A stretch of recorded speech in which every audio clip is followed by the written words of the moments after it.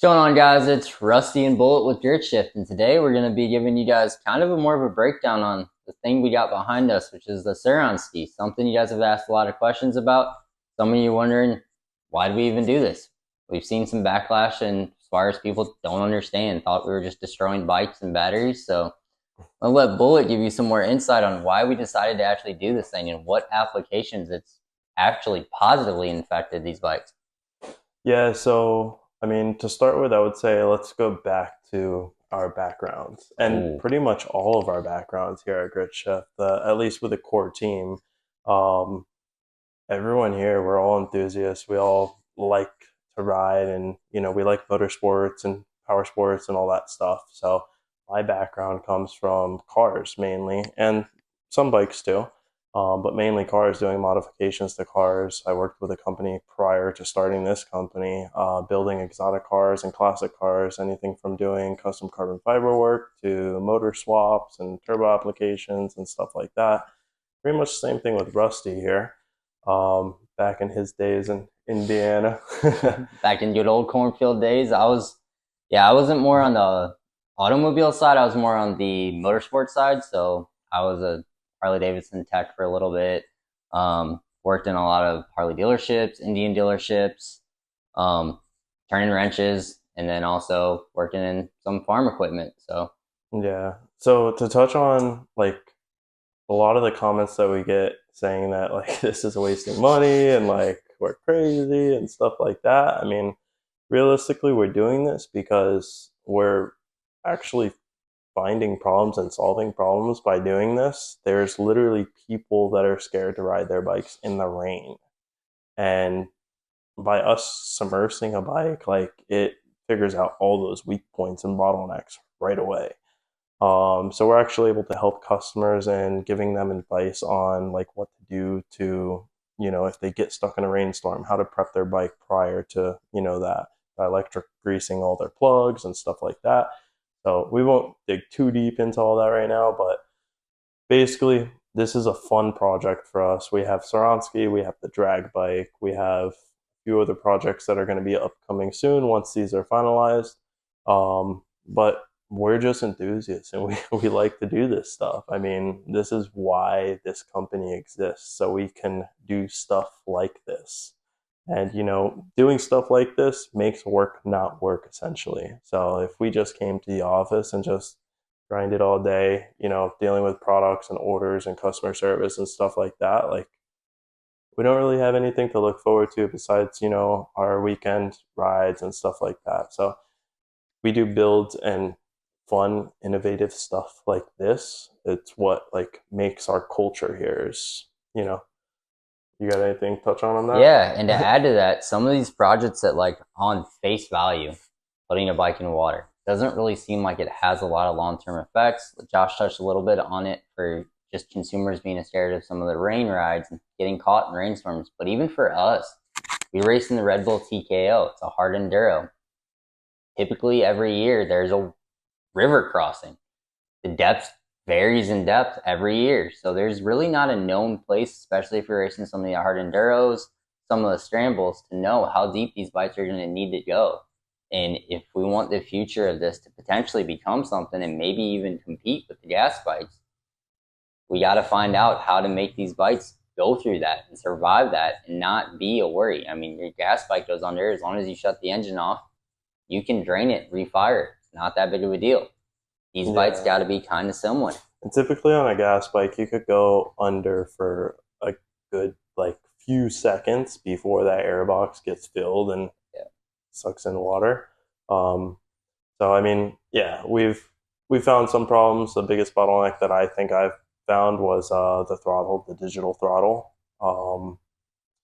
So yeah, we'll touch into how we configured this bike to get rid of all those little bugs and stuff like that. But yeah, I mean, this is just a fun project for us. I mean, I think it'd be really cool to be able to achieve, actually a deep water crossing, and I think it would be fun too, like to attach like some fishing rod holders on the back and like just rip across a canal, trolling some fishing lures, like I don't know, silly stuff like that. I mean, I just think it'll be fun to have the team out and we're all just messing around and stuff like that. And even you guys, I mean, you guys, if you're local to us, or even if you want to fly out to us when we're taking this thing out, you're more than welcome to come out, hang out with us, and take this thing for a rip. I mean, we're open to anything pretty much.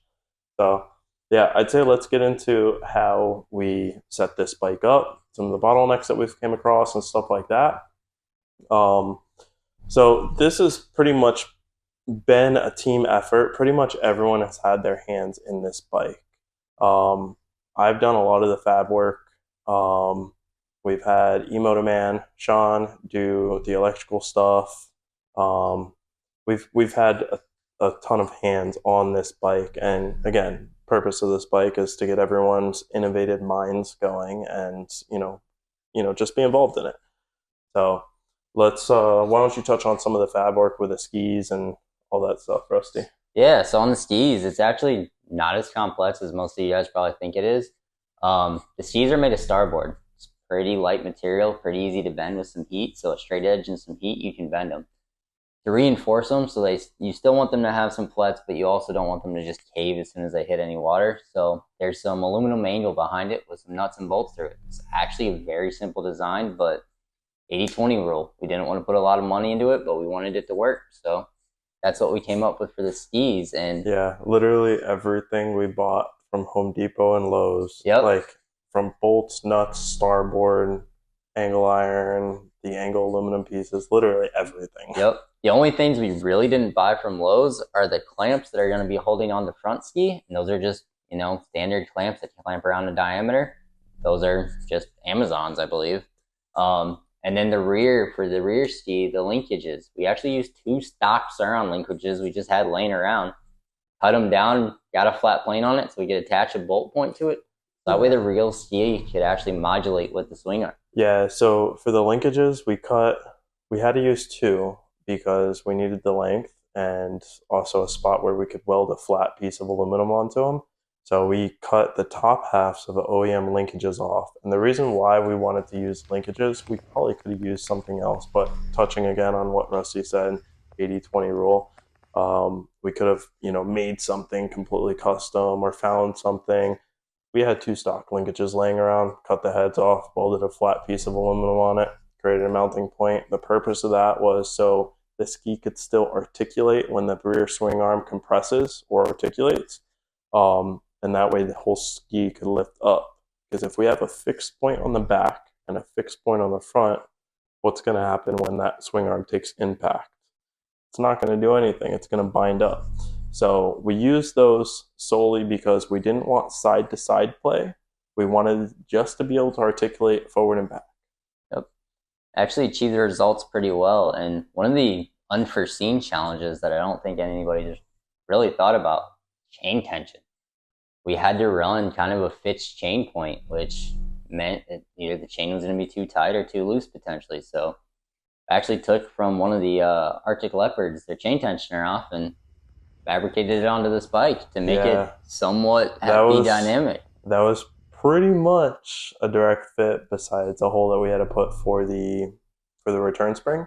But yeah, let's touch on the chain tension really quick because we had this guy to blame for the chain tension issue pretty much. We have no 16-inch wheels left. We have probably 3 wheels with welded hubs because this guy likes to land jumps and case them. Lack of commitment, I like to say. And we have a bunch of wheels with snapped hubs. So this wheel has a good hub still, but something is bent on the wheel. I've tested multiple sprockets. I've countersunk bolts to the sprockets to try to get them true.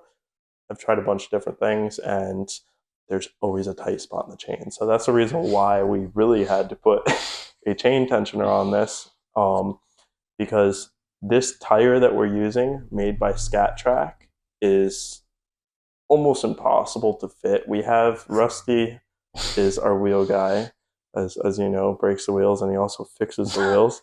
The irony in that. He dished the wheel over as far as I could go. Like literally paddles or cups is what you're supposed to call them they're like almost touching the swing arm on the left hand side of the swing arm, the brake side. And on the chain side, we had to cut some of the cups off, or all the cups we had to trim, like you would do on a really wide knobby tire.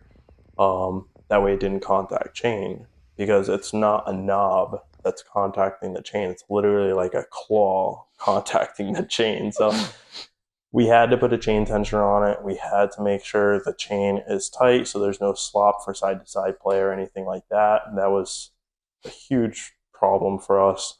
This tire that we're running is a little baby paddle tire in comparison to the other paddle tire that we have. We may need to do that, depending on cavitation and stuff like that. We've only tested this bike in 3 or 4 foot of water for a good, I don't know, what was that distance in the last run that we did? 150 to 200 feet, probably. Yeah, it was pretty good, and we didn't really have any issues with it decelerating or wheel speed or anything like that. We're running 21 kilowatts, I think, right now. So we have plenty of power. I'm just worried cup size on this tire is kind of small. So tell them about the other tires that we got. Yeah, we have 2 basically full-size MX tires that Scat Chat's actually custom built for us, where they grinded it all the way down to a bare, almost supermoto tire that's bald, and then they vulcanize them on. So these knobs or cups or paddles, whatever you want to call them, are They're the same massive. They're the same paddles that Robbie Madison actually used on his bike in the pipe dream video. Yeah, they're massive, and they're gonna move a lot more water, but we're gonna then have to probably play around with this thing to get that thing to fit back on here. Yeah, I mean that's an understatement, playing around with it. Put it to you in perspective. If we were to use one of those other tires, if we were to use one of those other tires, it would almost guarantee success on this. The problem is the width on those tires are so wide, yeah, that we would probably have to do an external mount swing arm. So that would entail the total opposite of the 80-20 rule that we have with this, because we'd have to make, with a KO swing arm, we'd have to make new center supports so we could widen that, and we'd have to reconfigure bearings and just the whole structure. We'd have to do a different jack shaft or some kind of spacer for the sprocket for the jack shaft. Or potentially flip the wheel and the brake system to reverse them. Yeah. So it would be a lot of work. So we're trying not to go that route, and I'm pretty sure we'll be able to do this without that. So that's the whole wheel thing that we're having issues with, but I think it's going to work. I think it's pretty good as is right now. Let's touch into the electrical system. So let's talk about motor and controller specifically first. We're running KO motor and controller, Pro Series controller, a RS motor. We have done absolutely nothing to waterproof these two. Like, nothing. And we could have, to give us that reassurance, but we like to test other manufacturer products based off of what their claims are for their rated power and water ratings and all that stuff. So KO states that their motor and controllers IP67 rated. So we did nothing to it. Yep. This thing still turns on, runs. We haven't touched it in probably 2 months. Not an understatement. Literally, it's been in the water a handful of times. Like, there was one time that it went in the water and there was like a bunch of like seagrass or weeds or whatever caught up on the skis, and like it was a pain to get out of the water, because it's just like an umbrella underwater and you're trying to pull it up. Like, it just doesn't want to move. And no issues. So I'd like to be pretty confident and say that motor and controller ratings from KO is pretty darn good. Yep. And everything else, wiring harness, battery, throttle, stuff like that, pretty much all custom. The throttle, we're using one of the early style Surron throttle boxes, which I think is just a generic throttle box that runs off of a cable with a little cam gear on it. So we're using that. You want to tell them what we did to make that? whole configuration work and make it waterproof? Yeah, so the original trial was silicone because that was just simple and easy. We weren't really getting in much confidence in it, so we actually took the top cam off and sandwiched in 2 O-rings with a bunch of grease. And what that did was allowed us to give us more confidence with the waterproofing, but it did also kind of bind that cam gear, which the throttle actually, when you twist, is what turns to give throttle input. So the solution was actually, Josh came up with a nifty idea of, like, you've ever seen a cable throttle on a car, it usually has a return spring on like the carburetor area. So a return spring for the cam gear, and it actually has worked amazing. Now it's pretty buttery smooth. You can no issues with the binding effect, so that's actually worked out really, really well, and we haven't had an issue with it failing. The other thing we did is we did move the throttle from being typically down under near your skid plate to being up near the subframe. And that's just to make sure it's not going to go, hopefully, which it already has a couple times, gone fully underwater. So I guess moving it didn't really do anything for that effect, but Yeah, gave us a little idea that it was going to be out of the water. It helped eliminate the water splash and stuff like that. So the reason why we're still using the 4MF Foundry kit on this bike, I love the 4MF Foundry kit. I think it looks awesome. But the specific reason why we're using it on this bike is because it makes for a good little compartment under the seat. There's a bunch of ribs that we had to shave out, but the voltage regulator's under there, and also the throttle box is under there, and that's really it. So that alleviates, just water splashing on it and stuff like that. The rest of the harness is all custom. There's 3 or 4 plugs on the entire bike. We have the controller plug, the ignition plug, the battery plug, and Hall plug. I think that's it. No, the hall sensor. Halls. Everything else, every single plug and wire was soldered together. We use adhesive lining heat shrink to seal those joints up, and then we just use electrical tape to just put the harness together so there's not wires fraying everywhere. Yep. So yeah, the whole harness has been made shorter and eliminated all the plugs and everything like that. I think we actually still have a headlight plug too. We do. We just don't have one on the bike. Yeah. Other than that, that's really it for the electrical side of things. So yeah.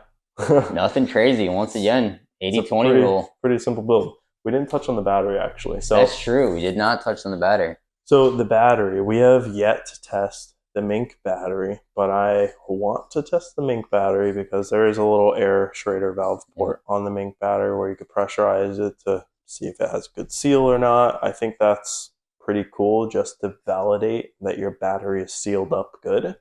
But I'm curious. I want to test the Mink battery. Right now, what we're using is a Shy 72 volt custom battery. We've had this battery forever. What we did to try to make this as waterproof as possible, remember, think 80-20. We're not battery engineers or anything like that. We just siliconed all the crevices and everything on the battery. And just for reassurance, we duct taped very clean and nicely so it doesn't look like we just put a bunch of band-aids on it. We duct taped around the battery. And the purpose of the duct tape is not to necessarily keep it like watertight or anything like that. The purpose of the duct tape is just to give that silicone an extra shield, because if we're pulling the battery in and out, we don't want the silicone to scrape off and stuff like that. So we siliconed all the little nooks, crevices, and everything like that on the battery. That seems to have been working so far. If this battery fails, which there is a chance that it could fail, and if it does, that will suck because it's expensive. But it is what it is. Like, what else are we gonna do? If it does fail, though, Chai told us that they can make a custom battery just for us that will be submersible up to 3 meters. I don't know if that's gonna be enough depth, but they said that they are confident that they can make a battery that's submersible up to 3 meters. So if all else fails, we'll go that route so we can continue this SurronSki dream here. I hope we don't need submersible over 3 meters, because that means we're putting dive gear on to go recover it. And that could be a very interesting video in itself. Yeah, yeah. So let's I don't think there's anything else really. I mean, this is a pretty simple build. Let's touch Yeah. into some of the common questions that we get Yeah. from consumers, and what do you got? Well, one of the things is why, which you've already touched on in the beginning, is why do we do it? A lot of that has also been some backlash on this is stupid and there's no point behind it. So we've also touched on that. So I don't have a lot that I've seen that we haven't answered already, but Josh might have a few that he can think of on the top of his head. Yeah, so I would say we've already touched on a lot of the stuff, but let's give some clarifying statements There you here. go. So we've already touched on how this bike's able to operate through and underwater and stuff like that with no issues as of now. Yeah. Um, but let's touch on like an OEM configuration, like just a standard rider's bike. The guy that's riding his bike through the rain or maybe small creek crossings and stuff like that. I think that would be a good thing to touch on here. Um, Based off of our experience with stock configurations, they're typically pretty waterproof between controller and motor. Yeah, there have been some that have failed on social media and stuff like that that we've seen based off of our experiences with multiple bikes going through water and stock configurations and even aftermarket configurations. They're pretty submersible. Not saying to take your bike and do a river crossing and expect it to work, okay? Because they're not intended for that type of stuff. But I don't think a rainstorm, washing your bike, or anything like that's going to hurt the bike. As long as you're not directly like with a pressure washer, like blasting the battery and the motor and controller and stuff like that. As long as you're not doing that, you shouldn't have any problems. Um, but let's touch on like kind of why I think we've seen some of these motors and controller fail due to water because it does happen. Yeah. So you want to touch on that? Yeah. I mean, anything aluminum or metal, you're going to heat it with any electrical flow through it. So the motor's generating heat. And if you're running 14, 15 kilowatts, anything that's up there in that top range of trying to push on the OE motor, that motor's going to get hot. I mean, even on a good rider at like 8 to 10 kilowatts, you're going to overheat it if you're pushing it very hard, especially if you're in sandy conditions or a really deep tilled track, something like that. It's going to easily push that motor And over. what happens when the motor gets hot? I mean, anything metal is going to expand when it heats. As you expand something, it's going to get tighter tolerances, but eventually, if you hit water, it rapidly cools it. That tolerance is going to separate. Yeah. Maybe a little bit. You may even slightly warp at something. Yeah. So let's just talk about like the expansion inside like a motor, for instance. Like yeah, let's say you freeze a water bottle and you take it out of the freezer. It If you let it sit there, it's going to essentially compress with air because cold things contract, hot things expand. yep, So the ambient air inside the motor, if that motor has a good seal, if you're heating up your motor, bringing it through a bunch of heat cycles and stuff like that, it could eventually break that good seal that it has, causing that hot expanded air to leak out. And then if you do go through water, it could contract and suck water in. That's my theory behind like how that actually happens. Um, so I mean, yeah. And there's also, there's natural condensation when they put these together. The air has water molecules in it that are going to also affect that. Yeah. Yeah. Especially if you're in Florida like we are, humidity's probably a factor with these that we don't really think about or talk about. Yeah.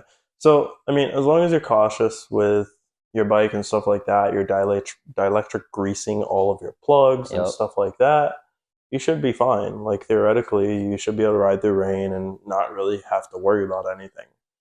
So, Yeah, I think, the only advice I'll really give is if you know you've gone through deep water or been caught in something like that, taking your bike down and just unplugging everything, making sure it's dry, cleaning it with an electrical parts cleaner, and re-greasing it. If you Yep. stay on top of your maintenance, even if you go through something that's shouldn't be gone through, like a 3-4 foot, river crossing or something like that, you're staying on top of it. Usually the corrosion gets you, not the initial splash. Yeah, yeah. So, yeah, I mean, just big thing. checking your bike, maintaining Yep. it. That's one thing that Mr. Business does not do at all. Like, he is the guy in our group here. He will ride a bike until it dies, and then somebody will fix it for him. Not by choice usually. um, so yeah, just maintain your stuff, and you should be fine. I mean, you could usually spot a problem before it actually becomes a problem on these bikes. So taking hall sensor cover off, seeing if there's any moisture or anything like that in your motor, indicate that you need to, try to clean out your motor as best as you can before you create a short or something like that. So I think we've pretty much touched on a lot of the questions already going through our explanation of this video. If you guys like these types of videos where we talk about like our builds and just stuff like this, let us know in the comments below. We'd be more than happy to do more videos like this. We have a lot of cool things that we work on, a lot of like custom things that we don't really talk about or show just because I don't know. It's a lot to film stuff. Yeah, it It's a is. process. I mean, something that may take us only 30 minutes to an hour to do if we had filming, that just doubles that All time day. usually. Yeah. All day. So yeah, if you guys want to know more, just let us know in the comments below. But yeah, that'll close this out. Wait, actually, There's more. what's the plan for SurronSki? What's the big plan? The big plan is to go deep water. And what we mean by deep water is there's a really, really cool riding spot that we always ride at up near Ocala. About 3 hour drive for us, but we usually go camping for the weekend, have the whole family out, everybody's involved with it. So there's a perfect boat ramp that we found randomly on Google Maps one day right next to our riding spot that is literally a straight shot, straight to basically, I think it's less than half a mile off a natural spring. Yeah. It would be a really sick idea. So the water is really clear there. Yeah. It would be really cool.